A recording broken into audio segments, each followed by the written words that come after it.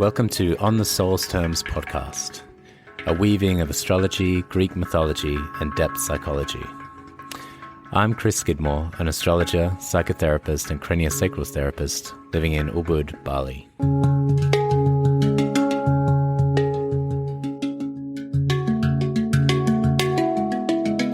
Welcome to the show.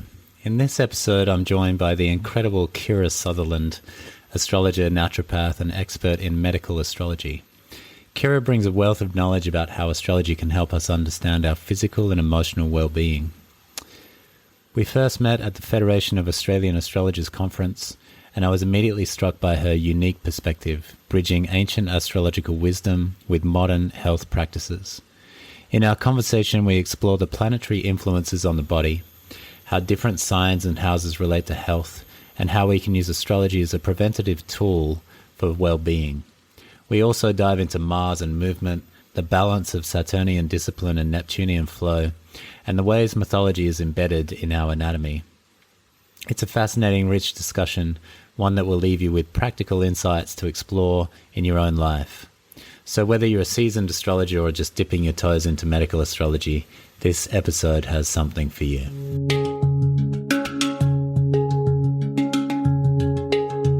Kira Sutherland, welcome to the show. Thank you for coming on. Yay. Thanks for having me.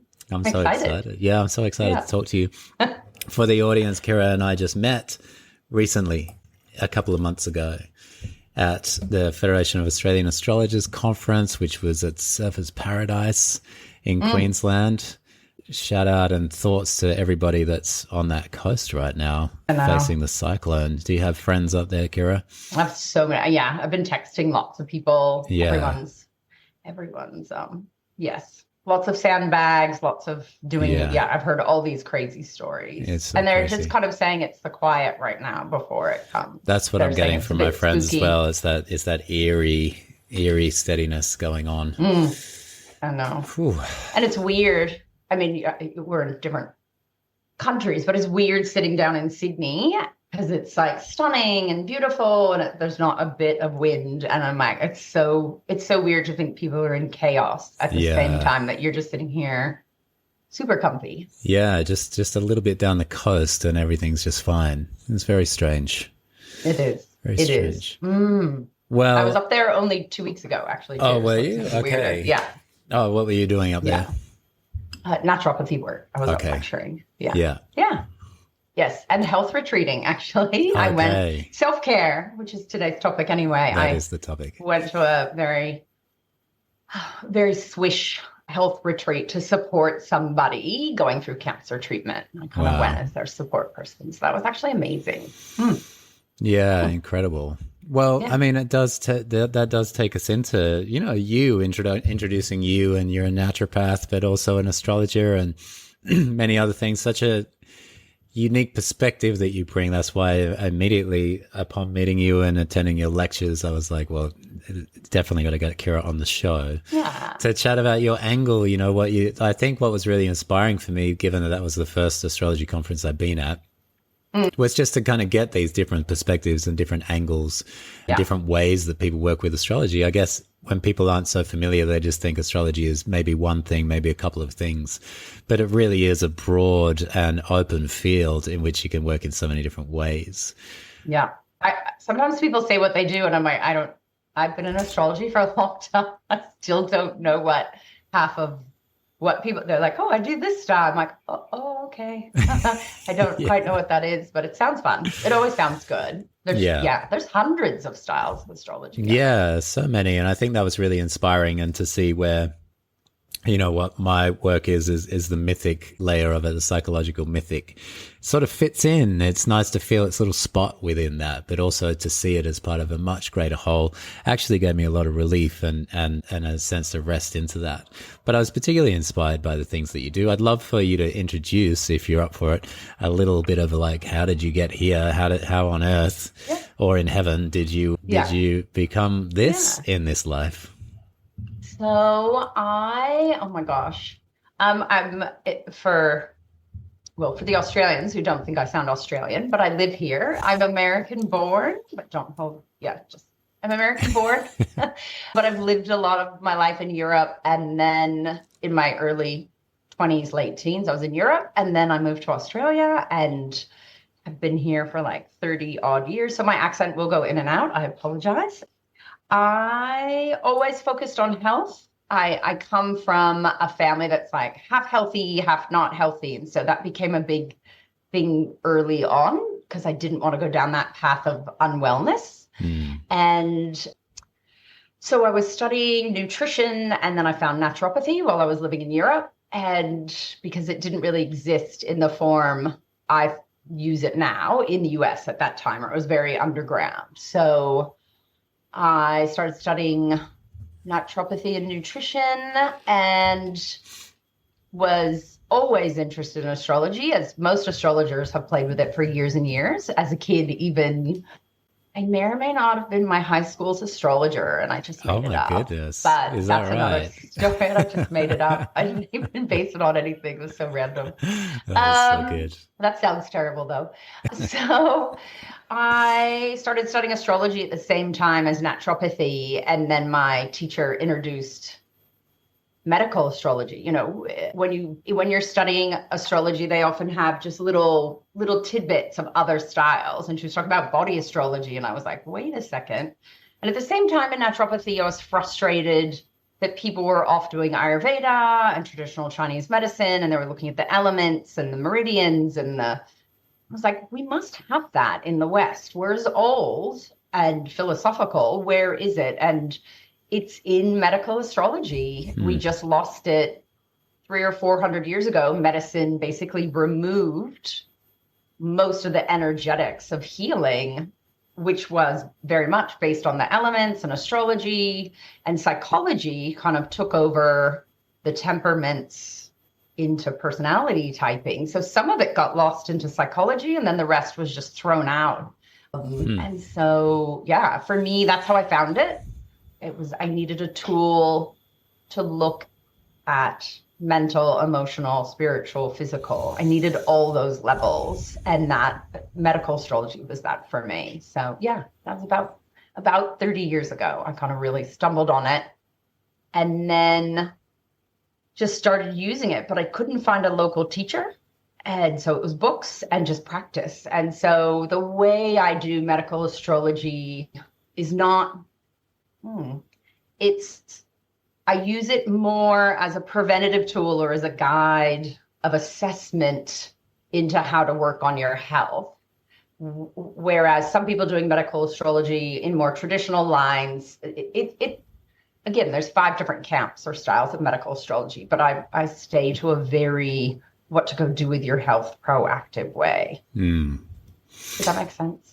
Yeah, it makes total sense. And I'm looking in the background there. I'm seeing all these tinctures and all this kind of stuff as well. So the little apothecary. The little herbalist going on in the background is very cool. Oh yeah, there's a lot of stuff there. Yeah, it's I'm so intrigued at what might be in the background there. But I just want to pick that up of what you said, because that's a really fascinating area for me. As Westerners, we do have a tendency to go over to the East and look at Taoism or look at the meridian system in the Chinese or Ayurveda, as you said, these kinds of things, where there's a system that's alive and well, where it is looking at more of the multiple dimensions of the human being and temperaments and different styles and all of these things. And that I've always really kind of gotten a lot from that, but also just as you're saying here, and of course, Cameron Allen was talking about it as well, who I'll have on the podcast soon too. Amazing. He's so cool. So all of these lost parts of the West of like what forced us into looking over to the East in the first place is that rift that happened about 300 years ago, which kind of aligns with the Industrial Revolution and the Enlightenment and the church and all of these kinds of things. So there's kind of like hyper-rationalism on the one hand, the church on the other hand, and industry on the third of our 3 hands is, it's like this rift. And I think it's a particularly interesting, that's why, part of what I was talking about at the conference was the handless maiden and the cutting off of our hands and aligning that with that particular time in history. And like, how do we get the feel for our health again? And that's what I was was really inspired by the way that you are able to translate these ancient ideas and bring it into the everyday. And I think that was really something that I got from your lectures of like, you're bringing it into the everyday where anyone can do something with any of this. And we talked about the days of the week. That's something I could kind of implement straight away. Like the gods of the days of the week was one of Kira's lectures. It's just like very cool, very simple, really actually, and really fun. Yeah. And that's the thing, you know, for people and health it can be incredibly complex, but trying to keep healthy, trying to take care of yourself actually goes just back. It's so simple. It's almost embarrassing when you look at how simple it is, yet incredibly difficult to implement in a modern life, right? Because we're so busy and distracted and have so many other enticing things, you know, that taste, you know, we have foods created for hyperpalatability. We have foods created to be addictive, right? So, you know, it's tricky taking care of yourself. So I love going back to that really simple. And again, this will go into astrology. That you haven't heard me lecture on the houses is a big thing for me. And that sixth house in astrology is considered the house of illness, but it's also the house of service to others and the house of kind of hard work and where we integrate things. And for me, that also then translates into it's the house of preventative health. It's the house where you put in the hard work and you're of service to your own physical, mental, emotional body. And and it's not fun. Like health's hard work and it's not fun, but there's ways to ritualize health or make it, I guess what I do with clients in astrology is I'm like, let's make health a sacred ritual. Right. Yeah, for sure. Because sacred is more fun, I think. And sacred ritual. That sounds so much better than you have to go exercise or you have to eat vegetables, right? Yeah, the sort of Saturnian chores that we have to do in order to be healthy that ends up being just another kind of like just running the mill in a way, you know, just trying I do think there's an element of making it fun, making it enjoyable. But this is interesting. So so maybe for the audience, how do we just assume no knowledge of this? Assume that my listeners have no knowledge of medical astrology at all, and bring in a few things like a few fundamentals of like, what is it? How do we? And I think what I'd love as an intention for this episode is some things like you mentioned the sixth house. It's like Virgo. It's like things that you can use. Things that you could take, little nuggets from this chat practical things that you can just like, people can just like apply straight away, just see if it works and see if it doesn't. Yeah. So, and am I assuming how much astrology knowledge am I assuming they have? I mean, my audience is like some people deeply into the astrology, but I didn't, when I first got the podcast going, it was more mythological storytelling, you know, like wisdom of stories kinds of things. So then we can assume not a great deal of astrological knowledge. And if you're listening and you do have lots of astrological knowledge, thank you for listening in. And of course, there's going to be there's an array, but let's assume a lower level of astrological knowledge. That's what I figured. Okay. So the idea of medical astrology is if you could just take somebody's sun sign, but if you're going to look at someone's whole natal chart, so if hopefully people have seen the circular natal chart, which is the way I describe it is it's like if you looked up at the heavens the moment you incarnated and took your first breath, it's the blueprint of the energetics you were gifted or the deal you made with whoever you make your deals with. So to me, it's like this blueprint of strengths and weaknesses and journeys that you've got to deal with mythologically, psychologically, but also physical, if we're going to go physical health, but there's other layers to health, obviously. So medical astrology is kind of looking at that for your physical strengths and weaknesses and what parts all the way back to Egyptian times, but potentially back to Babylonian. We have the division of the 12 signs into the body parts. It was referred to as zodiac man. And, Aries is the head, and then Taurus is the neck and like top of the shoulders. And it works its way down to Pisces being the feet. But also then you have the immune system is Pisces. And I can go over those if you need. But so there's these rulerships of the signs to body parts. And then there's also rulerships of the planets to body parts and systems, and especially organs, and also just an energy that it's going to bring. Like Mars, you know, is action and drive. It's your adrenals, which is your stress, produces your stress hormones. So it's very much about sport and doing and moving forward. It's a lot about physical exercise. I always talk about where your Mars is a great place to find a sport that you love. Depending on what sign it's in or what house it's sitting in, you will find your groove with exercise because it will be synchronicitous. Is that a word? I'm known for making up words. Yeah. Synchronous. Thank you. So it's, but Mars is also inflammation and acute pain, and it's heat and redness and swelling. It's Mars. Mars is red and inflammatory. And like the god of war. And so there's this energetics to the planet. So we kind of read the chart about your energetics and where you're going to have illnesses depending on placements. And also then it gives you a hint as to how to heal or how to try to balance. And that's, I guess, my forte in, I guess I would say I do naturopathic medical astrology. Yeah, how to kind of support those areas, because astrology can be very negative in the, oh, you have this problem, that's going to be hard forever. And it's like, well, you still have to work with it. You still have to support it. So what can I do to support? Yeah. It's all about what you can do for me. Right. I mean, action, what we can do for our bodies. Yeah. Right. Not and you so if we run with this Mars, and this is interesting because actually here in Bali, tennis is the main thing that I do. And my Mars is in Gemini in the 7th house, on the cusp of the 7th. So how is that for a one-on-one? It's perfect. Sort of twinning, hitting back and forth energy.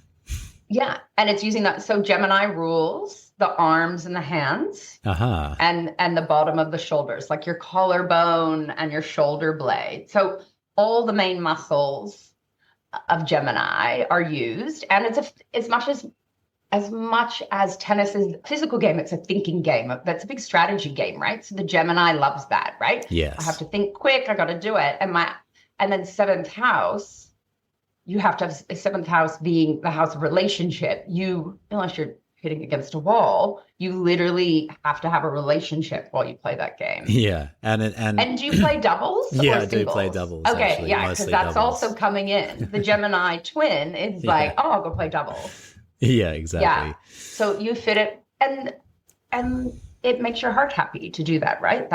Yes, for sure. That's a sport. Yeah. I do. My Mars is in Sag in the 9th. So that's a big running, moving your, like, Sagittarius is your bum or your glutes, your hips and your thighs. It's all the power of that part of the body. And Sag loves freedom and speed. It's a little bit reckless. And my big thing is downhill skiing and running. Yes. But downhill skiing, I love that, just pushing it to that point where I know I'm fit enough, but I'm going fast enough that if something happens, it's going to be a bit messy. And that my 9th house loves that. It's like does that make sense? So, it makes a lot of sense. We often pick sports like that. Yeah, and as you can hear, I mean, we're doing it quite automatically in a way. It's not like I think about that part of my chart and then choose tennis, but you can also look at that as, particularly if you have kind of a stagnant energy, right? Like if there's I was thinking about this, I was talking to a friend last night, and this idea within health about upregulating and downregulating, right? And sometimes when your system is stagnant, there's an upregulation necessary, which is Mars would be the one that kind of kickstarts thing as the ruler of Aries, of course Scorpio as well, but the ruler of Aries is the ruler of the very first sign, and it's the initiator and initiatory force that gets things going. Yeah, and it rules the adrenals. Mars and Aries is the adrenals, and that produces your adrenaline and your cortisol and your exercise creates a bunch of hormones and chemicals in the body that make you feel really good. As much as we know we need to do it for our physical health, sport it's a good, healthy drug for the brain. Yeah, for sure. Yeah. And, it's interesting, just to reveal a bit more here. I was just thinking that recently I've taken on a personal trainer, or for the last year. And that's also very Mars Gemini 7th, if I think about it, right? Totally. Like having somebody else show up and to help me to do my things, and to basically twin it out with me, and make sure there's somebody there. I mean, those are sort of the most things that, like, and I just for the last couple of weeks I've had off, and I've really noticed like the decline in the feeling inside of myself from not going to the gym and not playing tennis. It's like, I really do need that. I really do need that these days for the health. Yeah. Yeah, and it's interesting about exercising with people or not, because I have a bunch of first house Aries with my Sag revealing, and I love mainly exercising by myself. And my husband is super Libra, and he loves exercising with people. And so when we first met, we would do a lot of exercise together, but then he'd be like, oh, I ran into this person and they said they really needed to talk to you, so I organized for you to go for a run with them. And I was like, what? Don't do that. Like, yes. Running is my sacred alone time. I'll go on a bike ride with people, but no, like, do not schedule my exercise for me. That's like a no-no. Right. Whereas my husband will exercise with anybody, and he's a double Libra. It brings him joy. Yeah. And how interesting, because of these sports that you talk about, running and downhill skiing, also very, just in your own space, right? Largely. I mean, those things are things and it's so intriguing to think about Sagittarius ruling, as you said, the thighs and the glutes and these things that are really essential for those sports. Yeah. So this is kind of it's remarkable. So fitting. Yeah, it's so fitting. Why don't we just pluck a few other signs out and see, what other examples we have out there of. So Aries is also, they do really well with fast sports. So they're your car drivers. They're a lot of martial arts. Martial arts often works really well for Aries. Not that they have to be in combat, but it's that intensity of it, right? Taurus does really well. Well, they would tell you gardening is their sport, which it is actually quite physically good for you, but they do well with weights. I mean, we should all be doing weights, but you get the right Mars in Taurus and they're like, oh, I love lifting heavy. It's literally that physicality of the Taurus. It's an earth sign. Earth signs do really well with weights.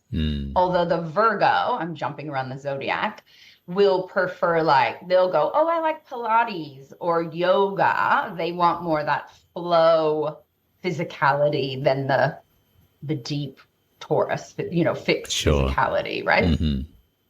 Gemini, quick thinking things. Tennis is a common one that I suggest for Geminis. What else? Cancer, anything to do with water. Like they're going to be your swimmers, or they want to be on a boat, or anything to do with water. Leo. What do they do? What do the Mars Leo? I'm trying to think of my Mars Leo people. Again, it's a lot of the Aries, Sag, it's that big physicality, moving the body. They'll really want something that aerobically pushes their heart, because it's that I wonder if also a sort of competitive, or their desire to win something or something. I remember, Michael Jordan and his Mars is in Leo. I always thought that was a pretty classic kind of Mars. But they also need to be seen, right? Of course, they're going to be seen to be in charge. Yes.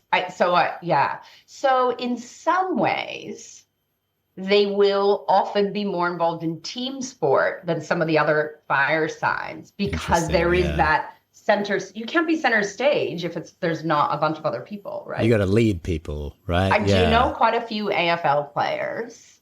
So the trick that we're talking about this as well is my other career is in sports nutrition, besides astrology. And you might not know that, but I'm also a sports nutritionist. I do. So, I am aware of your other personality.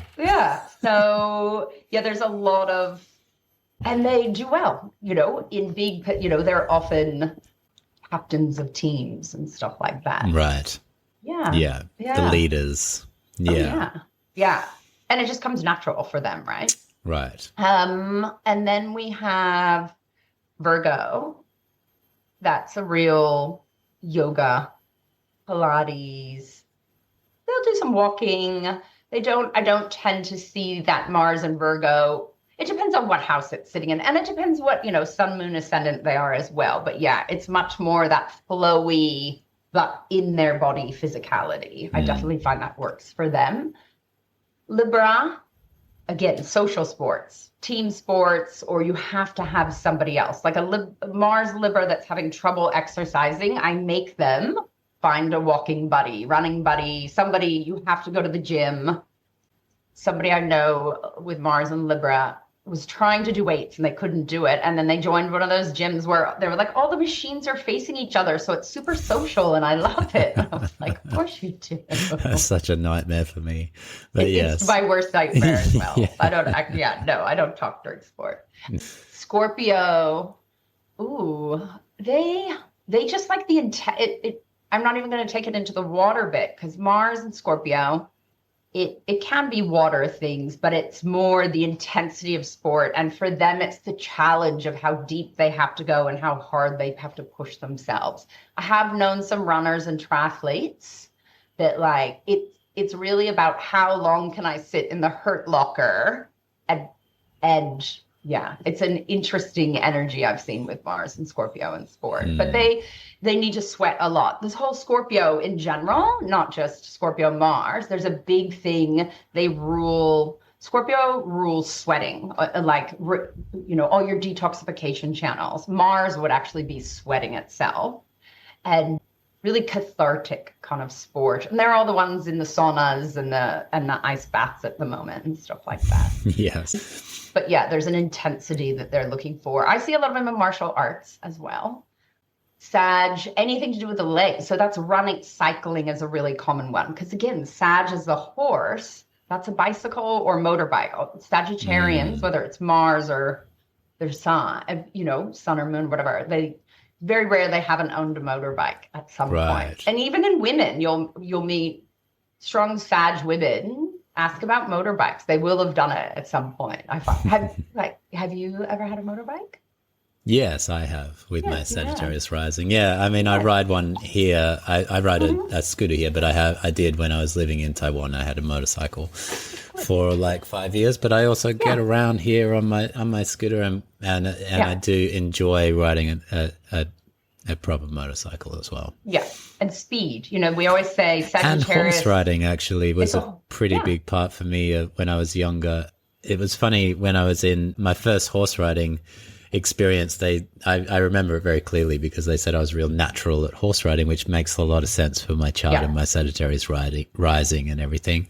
Yeah. So I suppose horse riding as well, right? Like equestrian sort of thing would fit that quite well. Yeah, and motorbikes are literally a motorized horse. That's what they used to call it, right? Yes. So yeah.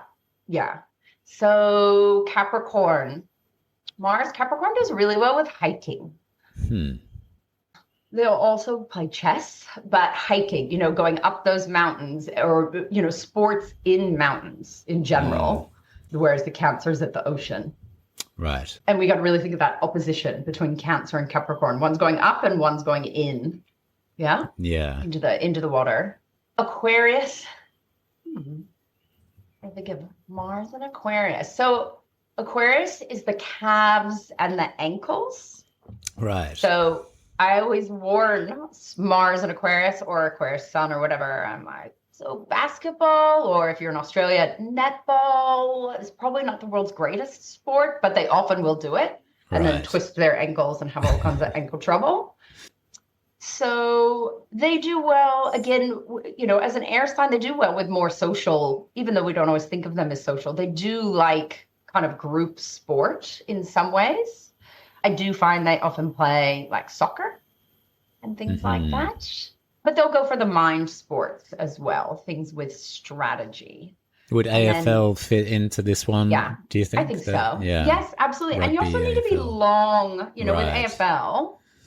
You need to be long, and it's that flow of air. As an air sign, they need that flow and that thinking. So yeah, a lot of the team sports where there's fast thinking, they're gonna like.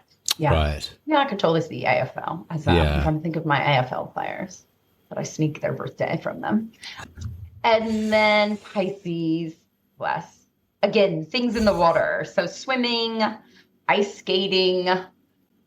Yeah. And then it's anything to do with feet. So it's often ball sports involved with the feet. Right. Yeah. Amazing. And it's interesting also to, if you know your chart, to look not just at your Mars there, but as we've gone around, because when you got to Cancer, that's obviously my sun sign, swimming and rowing were big parts of my life as well. We should say surfing. And a little bit of surfing when I was younger.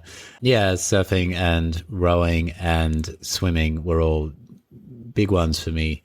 And so you can also look at these feeding off all of your chart, right? Like my brain goes to rowing, you actually have to have really powerful legs. Like it's a big thigh legs, Sag. Yeah. You have to use your arms to row, and then you're in the water. Yeah. Cancer. Yeah. Yeah. Well, that was the biggest sport that I was a part of. Yeah. So, the school, head of the river, all these kinds of things. It was a big set of chapters of my life in that time. Yeah. So, yeah. And so I guess for people that don't love exercise, because that's common too, to not like, there's certain signs that are less motivated to move than others, but we know we all need to be moving. And it's like, look at where definitely look at your big three, but look where that Mars is. What sign is it in? But also what house is it's sitting in. So like we talked about the 7th house for you, because 7th is about relationships and others, and it's a social house. So also looking at that dynamic of it makes a big difference. Yeah. And so the other side of Mars here, I can imagine Mars or Ares being god of war, this big brute force kind of thing. I can also imagine a certain, like, beyond sport, there could be elements of like frustrated energy there, or like what happens if that Mars can't express itself, because I think I would imagine inflammation. I would imagine things of heat getting caught in the body. Am I going down the right track there? Absolutely. So Mars is, it's literally heat, inflammation, medically, heat, redness, pain, and swelling. It can be any or all of those. And holding in heat, can be anything from ulcers, like too much hydrochloric acid in the stomach. There can be arthritis. There can be just, too much heat, but also, and pain. But also it rules the immune. It's part of the rulership of the immune system, Mars. We think of the immune system more as Pisces. We give it to Pisces with a lymphatic system. But your immune system is full of all these cells that go to battle for you. Like we actually have immune cells called natural killer cells. That's so Mars, or maybe Pluto, Scorpio. So your white blood cells are literally like your army, and then your red blood cells help carry energy and food, or like they help invigorate and vitalize us. So your immune system does have to have a look in with Mars as well. We don't talk about that side of it in medical astrology as much, but it's a fascinating one to look at. And then it's involved in accidents and injuries, or when we get a virus, you can often see a Mars trigger to your chart, whether it's a planet triggering your Mars or Mars triggering you. And you can look at cyclical, Mars takes just over 2 years to go around a chart. It's quite fast. And so there's very specific times. If you look at your health, there's very specific times of the year where you frequently get sick. Like if people look at their health, it's like, I always get sick. It's not usually just winter. It's a very specific Mars lineup. Right. So it's a good thing to know how to fortify yourself before that, or not wear yourself out before that. Yeah. Or to strengthen that inner army, or, these kinds of things. And what to do, how to get that Mars working for you, because of course Mars can work against you, which can be symptoms like depression and and these kinds of things where you feel stuck or you feel stagnant or you feel depressed or whatever it might be that holds you back, right? Yeah, well, it's almost that opposite of Mars, which in some ways would jump you to Saturn, right? Saturn is the ruler of melancholy and stuck and stricture and being bound and things being cold.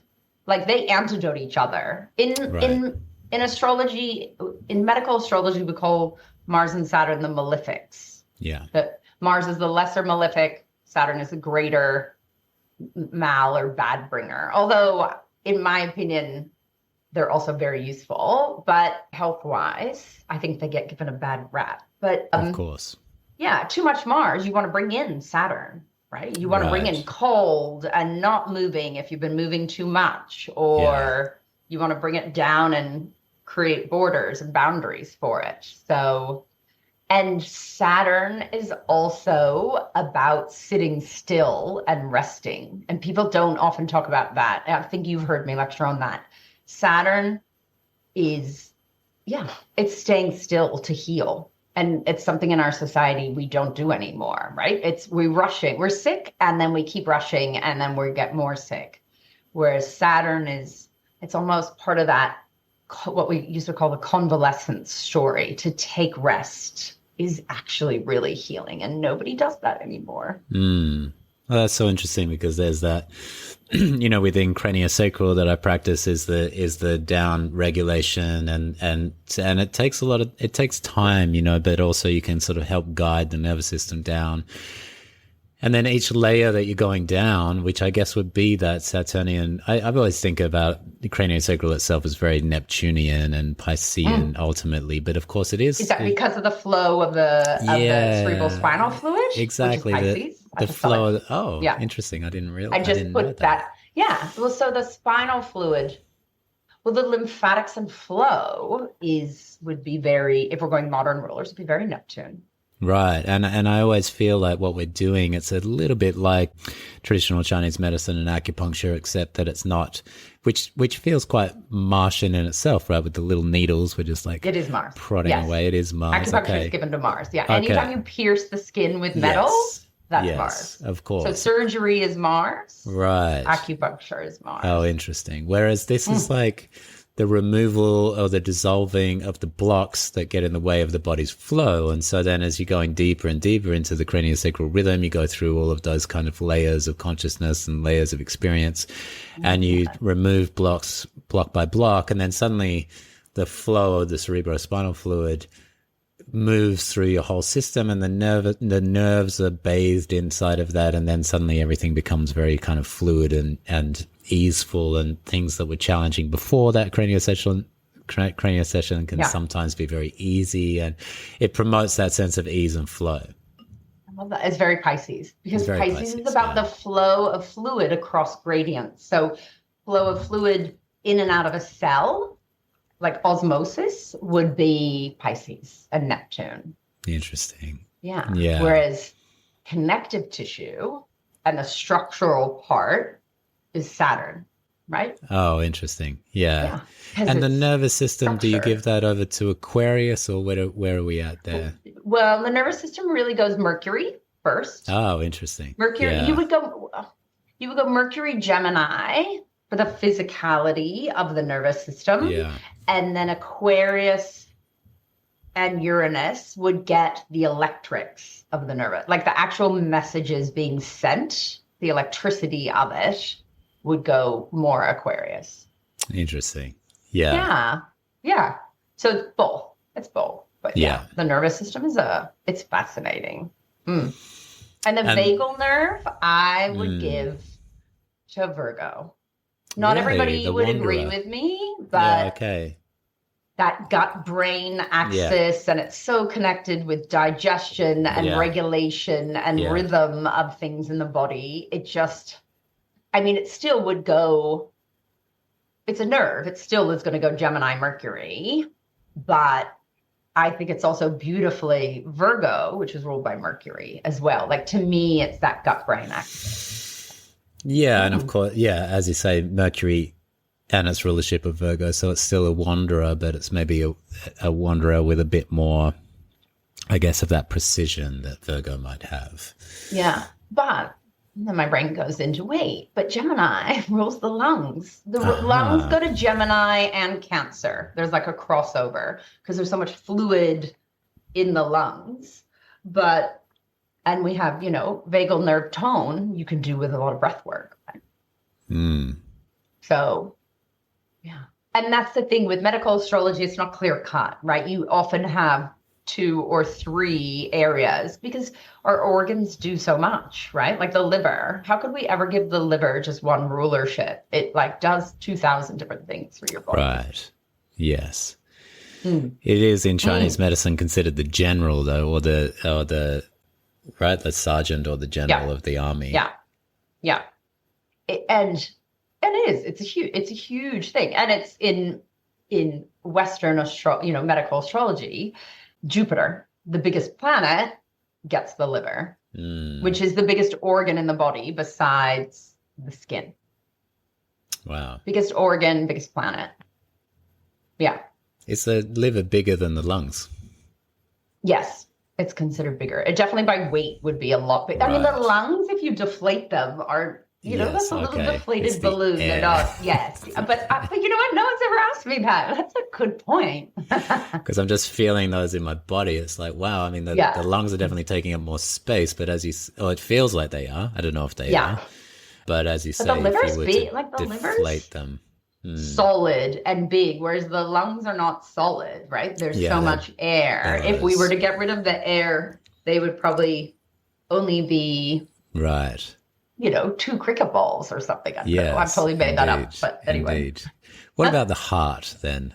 The sun, Leo, is this where we're at? Sun and Leo, vitality, it's that center, it's your core vitality. If the heart's not working, nothing's working. But I always find that, so the heart goes to Leo and circulation goes to the opposite sign, Aquarius. Huh. Because it's the flow, it's the your circulation is if you think about arteries and veins or capillaries and all that, it's actually your body is communicating. It's how it communicates. It sends stuff there, whether it's food or liquid or, I almost said supplements. That was so bad. Nutrients.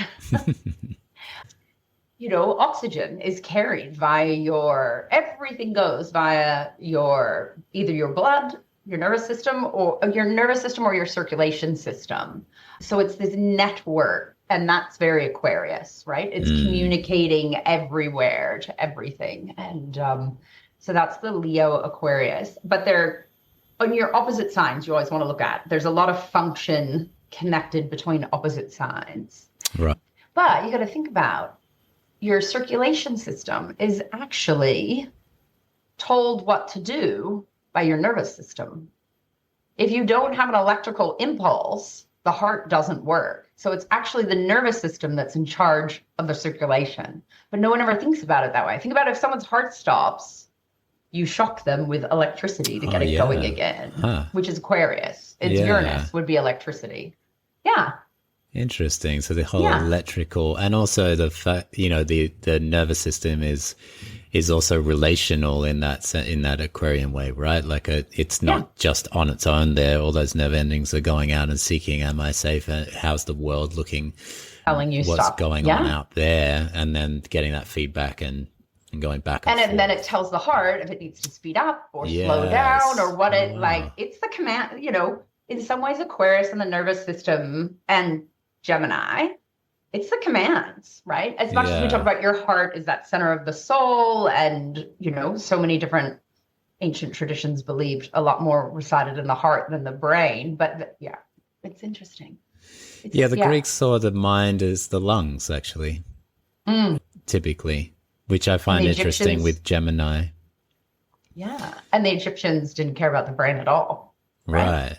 Interesting. Didn't they used to scoop out the brain? That was one organ they did not save. And they thought I'm pretty sure the Egyptians have intelligence in the heart. Interesting. Yeah.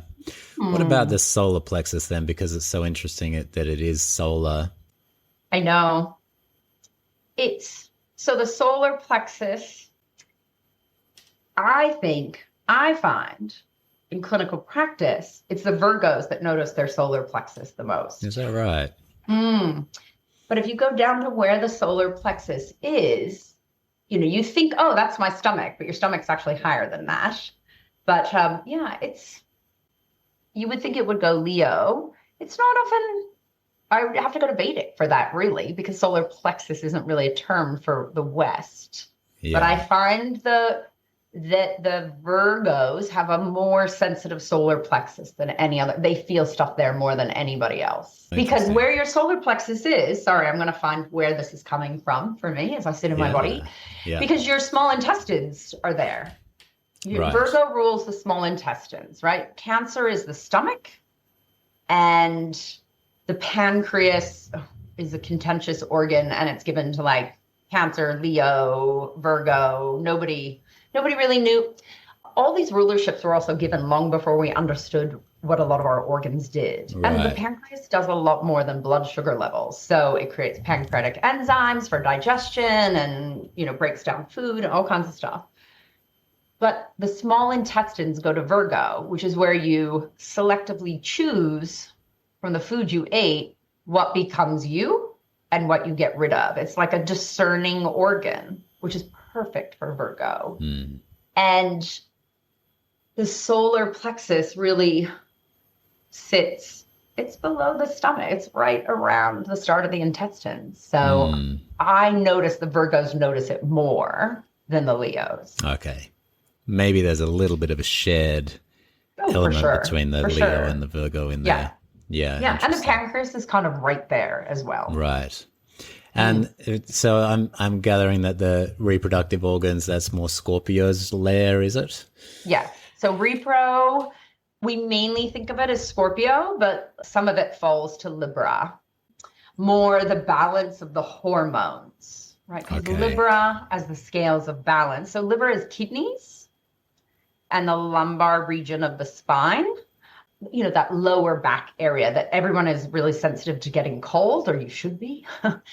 But Libra is all about everything to do with balance. So inner ear balance, hormone balance, acid alkaline balance of the body. And that, the kidneys are gatekeepers of balance as well. They let in and out. People don't realize the kidneys process your blood. Something like 60 times a day, they filter your blood.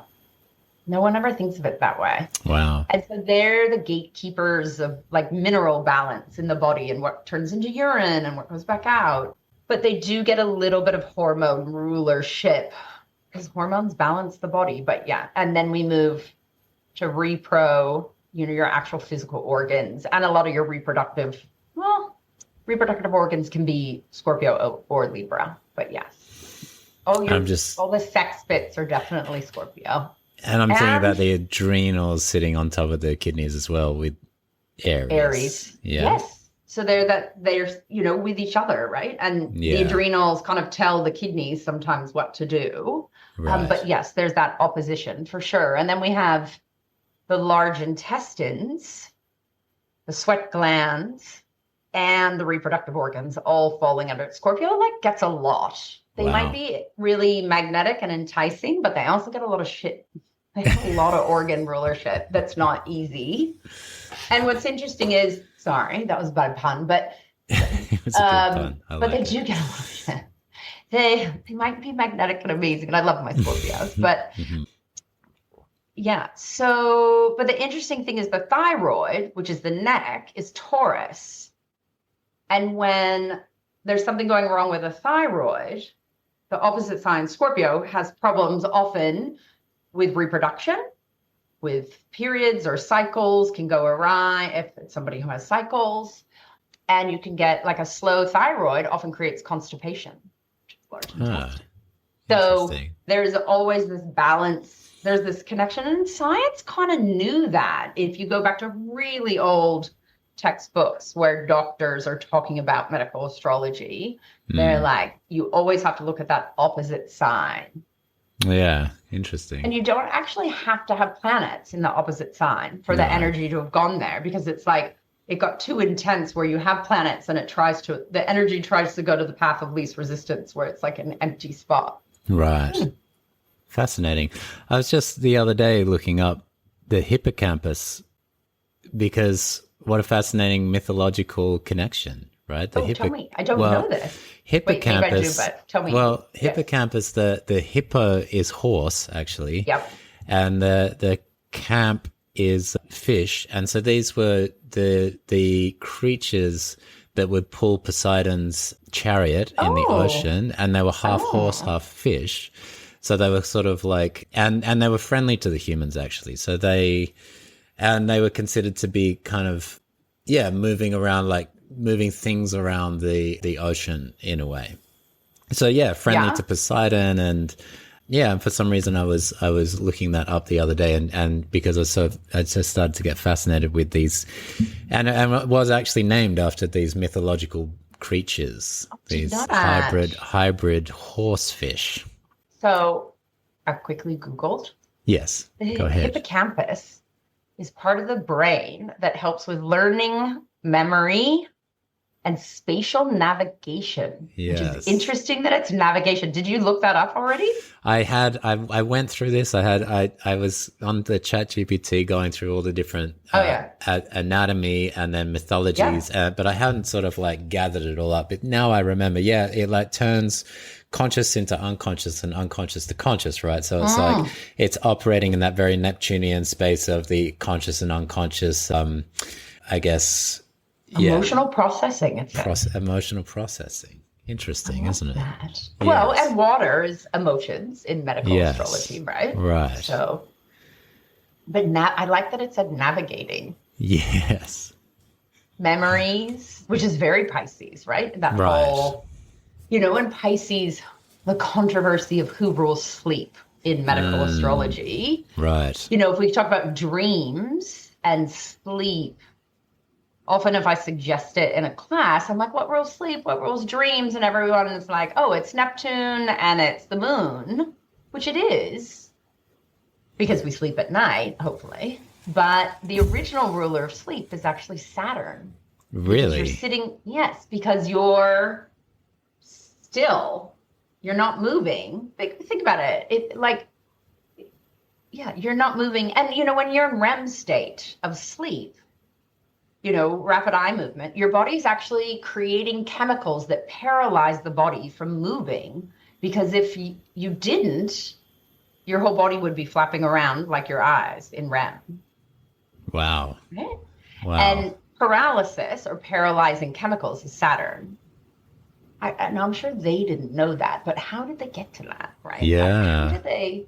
Yeah. But when you're sleeping, your brain is cleaning itself. It's putting things into, you would know this better than me, but long-term memory, like short-term to long-term, and all this, you're swimming through everything you're just talking about. But it's also making things more permanent, isn't it? It's tightening up, and there is a Saturnian... And that's the hippocampus sort of function, right? Is to, now I want to know take the elements of the day and then transform it and move it into your dreaming, these kinds of things, right? The hippocampus is like up to that, which is why they've named it after these creatures from... I love that. Yeah.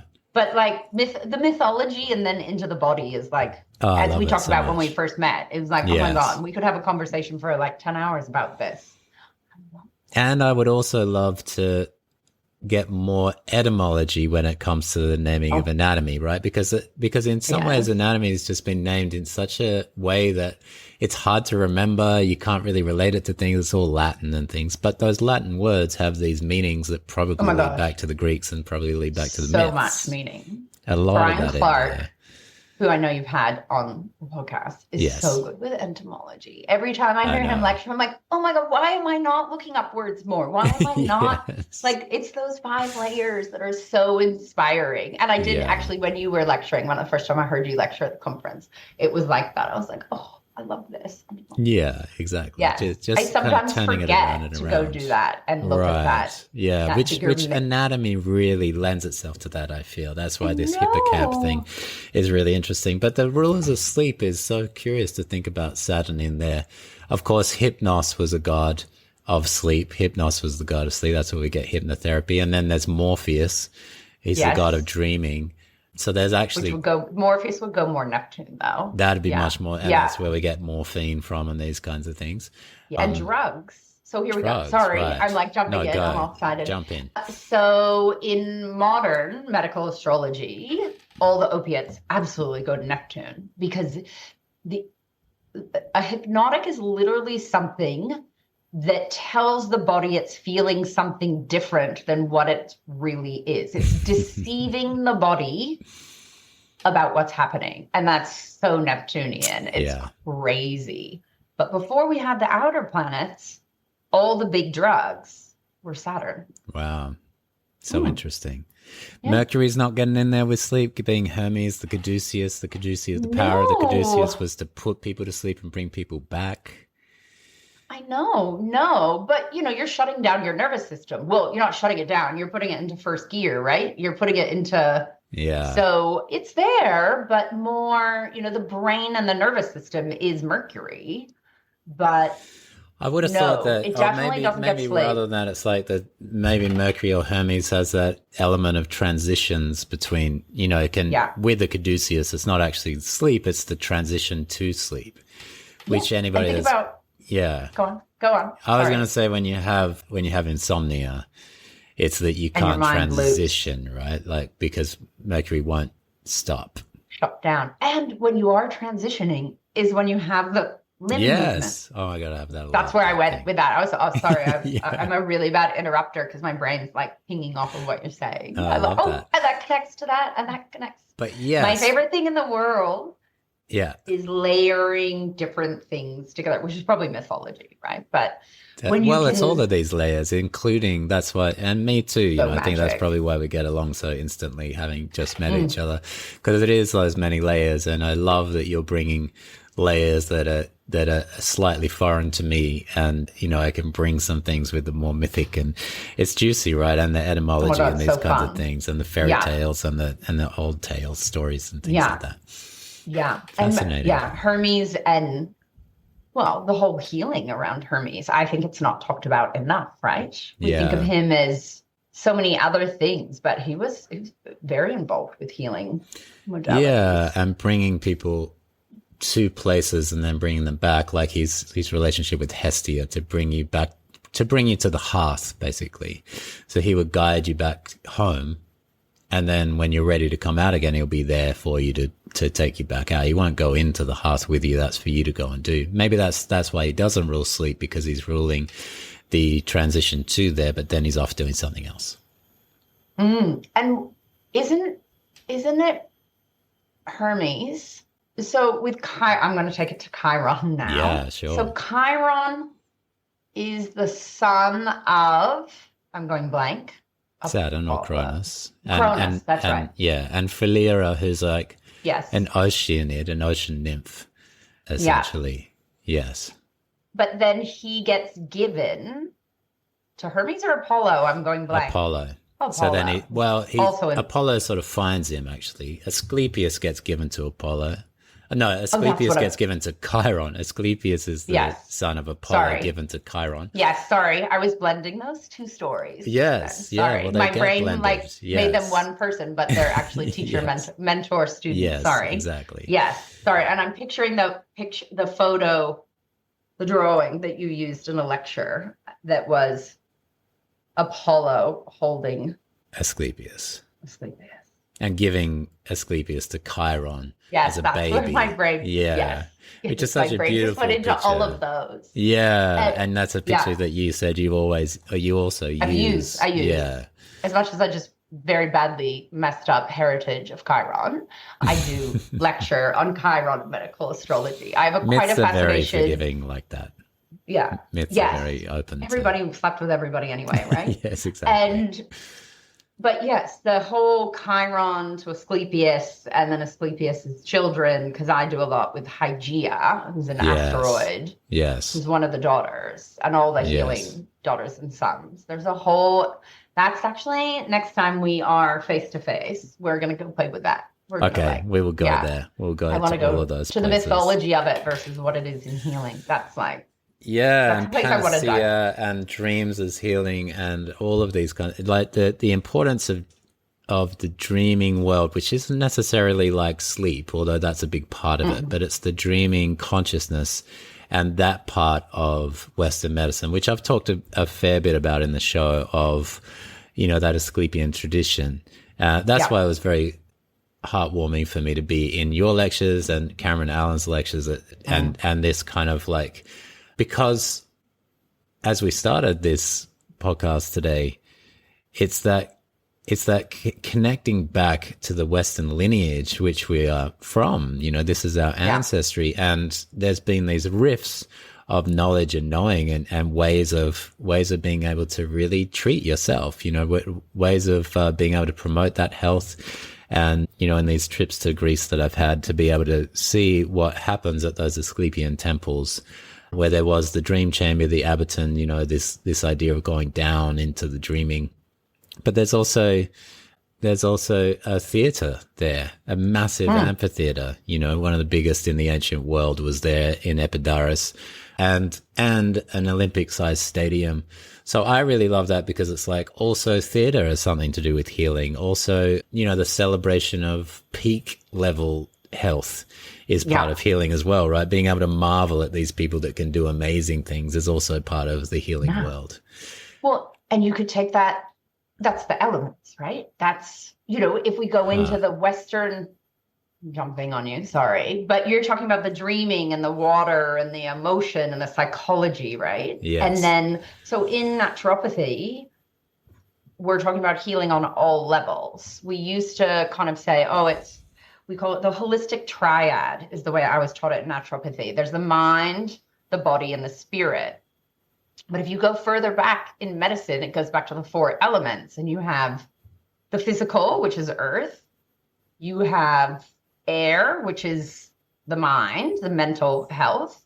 You have water, which is emotional, psychological health. And then you have spirit, which is fire, but that's also action. And, when I say spirit, I'm meaning spiritual, but it's that spiritual dynamic fire. We don't talk about that enough in medicine or health. I think that spiritual inspiration is part of health, and part of that is the physical movement, the feet. Exercise and movement is fire, right? And so for me in medical astrology, it's all about those 4 base elements and working on all those levels. And then if you go to Ayurveda or traditional Chinese medicine, that's why we're so attracted to it, because it has they have 5 elements, and we actually do have ether as the 5th element that's kind of above the others, but we don't talk about it that much in the West.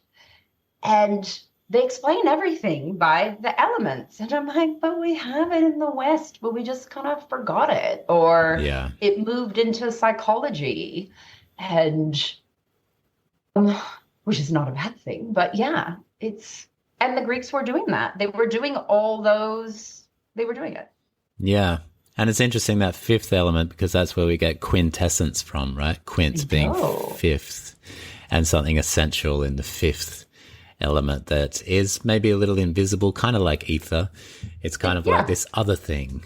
They describe it as being lighter than air. But in when you go back in ancient Greece, we also talk about it as it bursts the other 4 elements.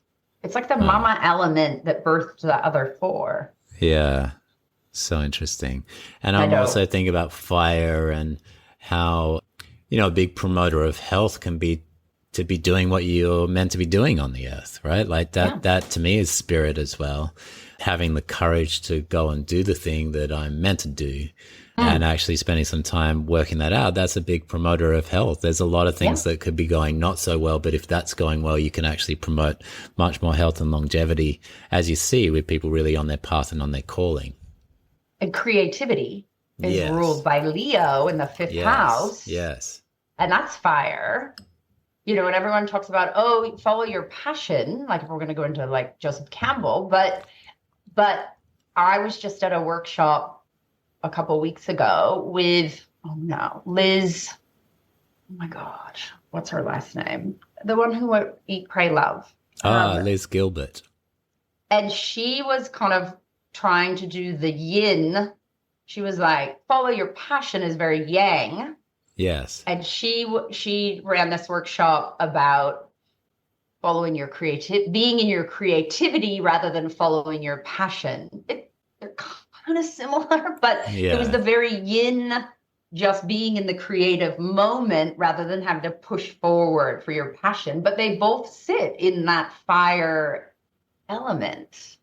Well, right? I mean, what comes to mind when you say that is the yin side of it for me is like in the ancient Greek world was to contact the muse.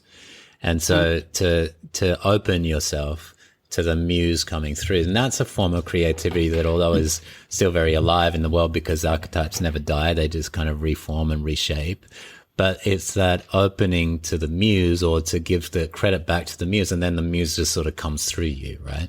And those 9 muses, I think definitely Urania is ruling the things that we do as astronomy, as the ruler of astronomy and astrology, which was the same thing before that 300 years ago thing that happened.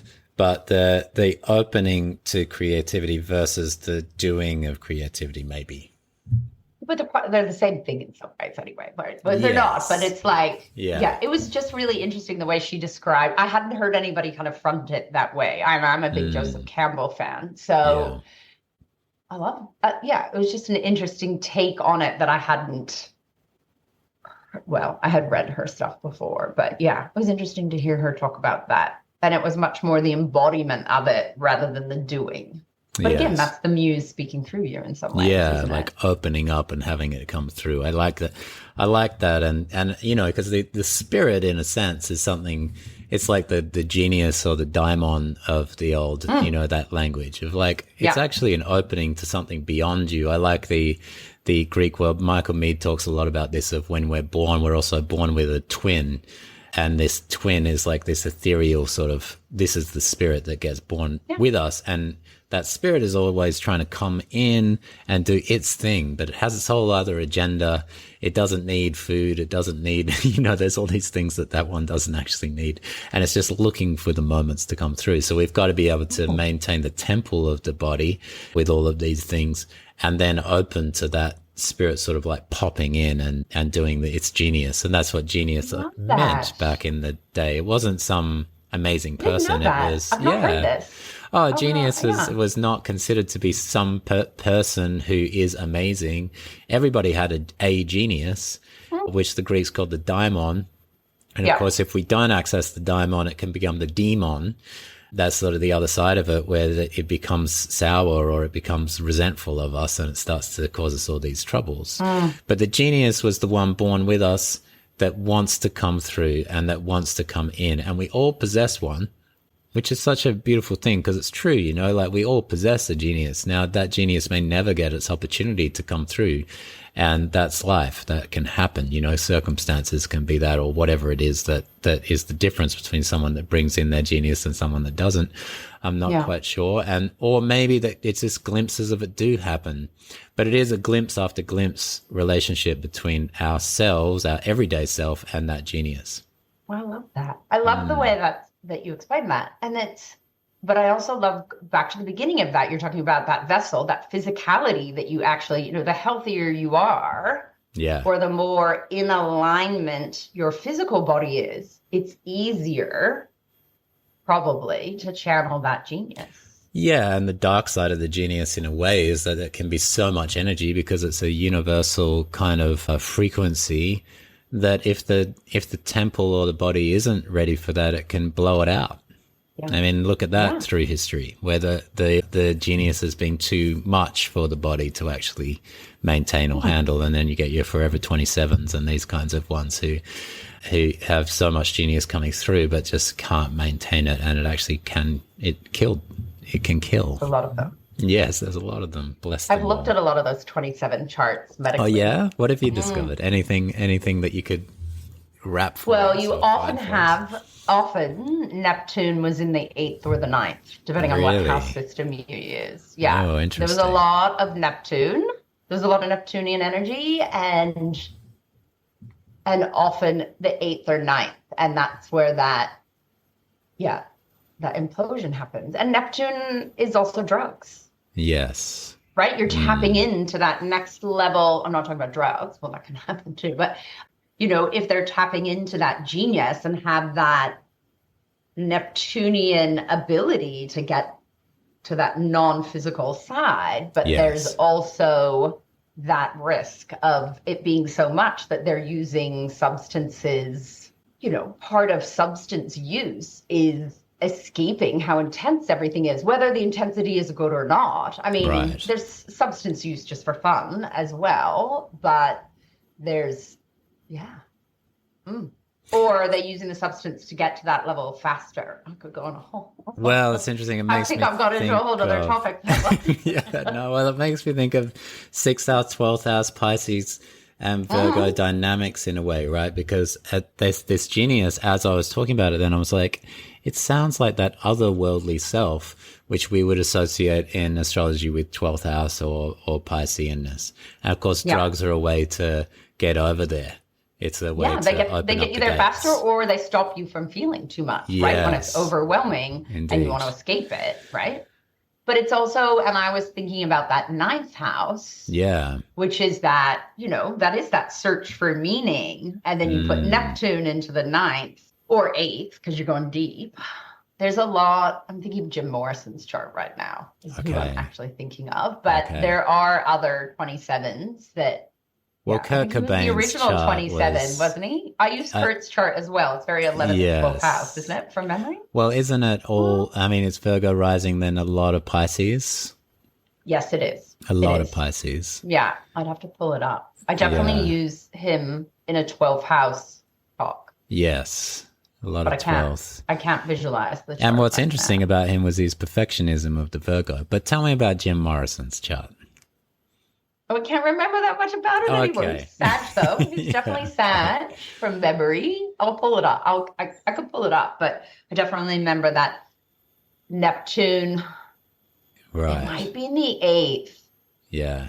And he actually, there was something really, it's in the 8th, right before the 9th. And I'm going to sound a little morbid saying this. We look to the 8th. The 8th house is considered, it's a psychological house, but it's also the house of death. Yeah.